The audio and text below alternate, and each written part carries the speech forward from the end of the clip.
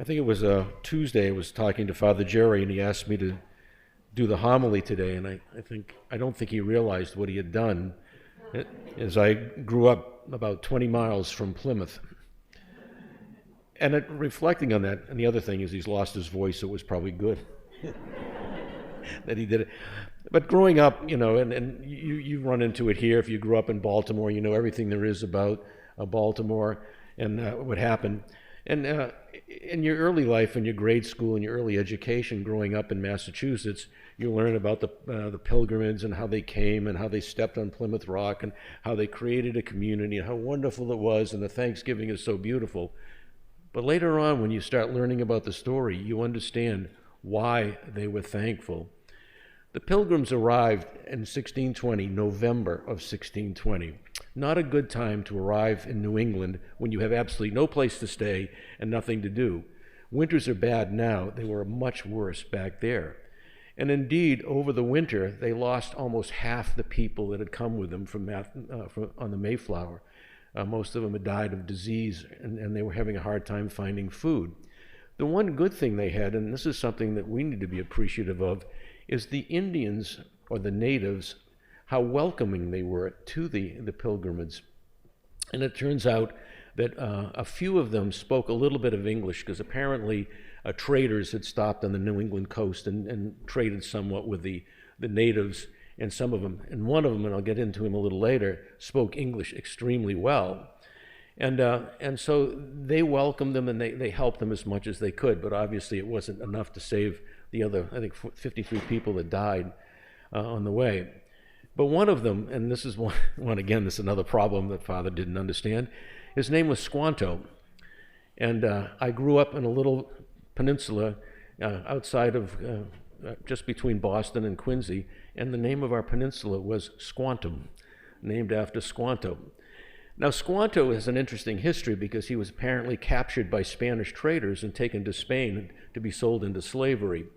And various stories go around on how it ended up, but apparently some Franciscans bought him with the intention of releasing him, and somehow he ended up in England. And he stayed in England for several years, and I think he was working as a shipwright to some extent, so obviously he learned English. He was able to make his way back to the Plymouth area, and he found that his village had been wiped out by disease, probably brought by the European settlers. And so he aligned himself with the Wampanoag tribe. And so when the Pilgrims arrived, the Wampanoags met them, and in fact, apparently the leader, Somerset, and there's a movie and it shows them going out, and they're all nervous because they see these Indians all ready to attack and everything, and this guy stands up and he says, "Welcome, English." I'm sure it blew their minds away. But Squanto, because of his language, he taught, when the winter was over, he taught the Pilgrims how to grow corn, because corn was something new and unusual. And indeed, they had an excellent harvest, and that's why they were celebrating Thanksgiving, is because the harvest had been so good. They now had food. They had built a couple of houses. They were, at shelter, and things were going well as it could be. And I think sometimes to be really thankful, you have to suffer to be thankful for what you didn't have when you were suffering. And I reflect on the Pilgrims. They arrive in the new world, having no idea what they're going to do, and they were helped by the people, the natives that were there. And I think that's something we need to reflect in our immigration problems today, is helping the people that come to our country to find a better world. They were trying to find religious freedom. Most of the people coming, particularly from the South, are seeking justice, peace, and employment, things that we all are looking forward to.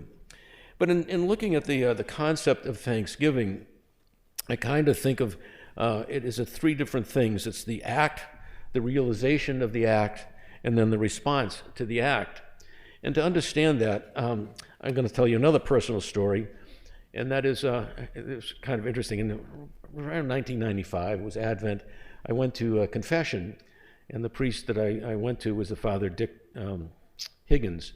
Father Dick became a bishop and actually lived in Laurel for a while because he was an auxiliary bishop with the Archdiocese of the military. And anyway, he gave me a rather interesting penance. He said, "Paul, there's somebody on your mailing list, your Christmas mailing list, that you need to send a special letter to. And I said, ooh, this is going to be tough. And so I looked over my list and I said, okay, who could I do it? And it dawned on me.